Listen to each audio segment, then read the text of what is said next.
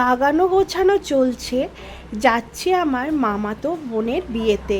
আর গতকাল হচ্ছে বিয়েবাড়ি, ওই জন্য আজকে ব্যাগটা বাগিয়ে নিচ্ছি।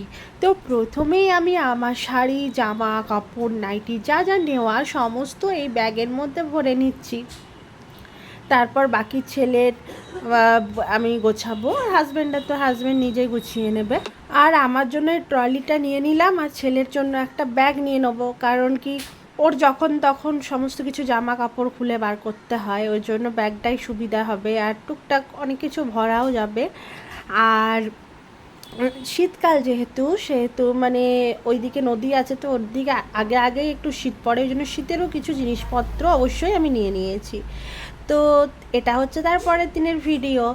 সকালবেলায় বেরোবার কথা হয়ে আমরা বেরিয়েছি ঠিক 12টার সময়। তো গায়ে হলুদটা একদম মিস হয়ে গেছে, গায়ে হলুদে যাব করে গায়ে হলুদ পুরো মিস হয়ে গেল।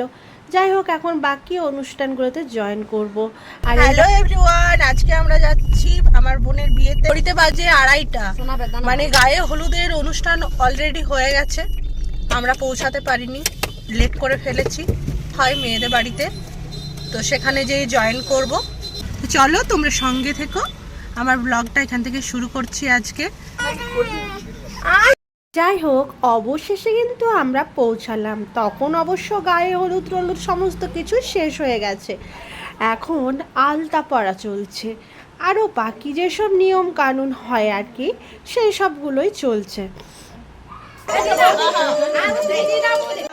আর বাড়িটা কীরকম সাজিয়েছে চলো তোমাদেরকে অবশ্যই একটু ঘুরে দেখিয়ে দিই।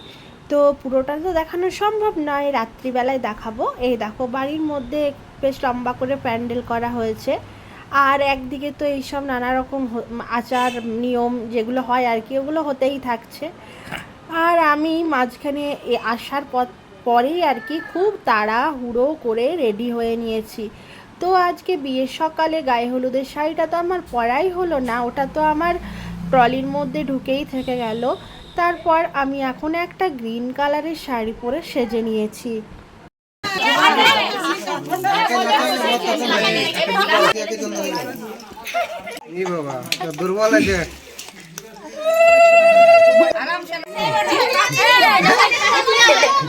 তো চলো, আজকের ভিডিওটা এই পর্যন্তই। আবারও বাকি ভিডিওটা দেখার জন্যই অবশ্য কিন্তু আমার চ্যানেলটিকে ফলো করে রেখো। টাটা।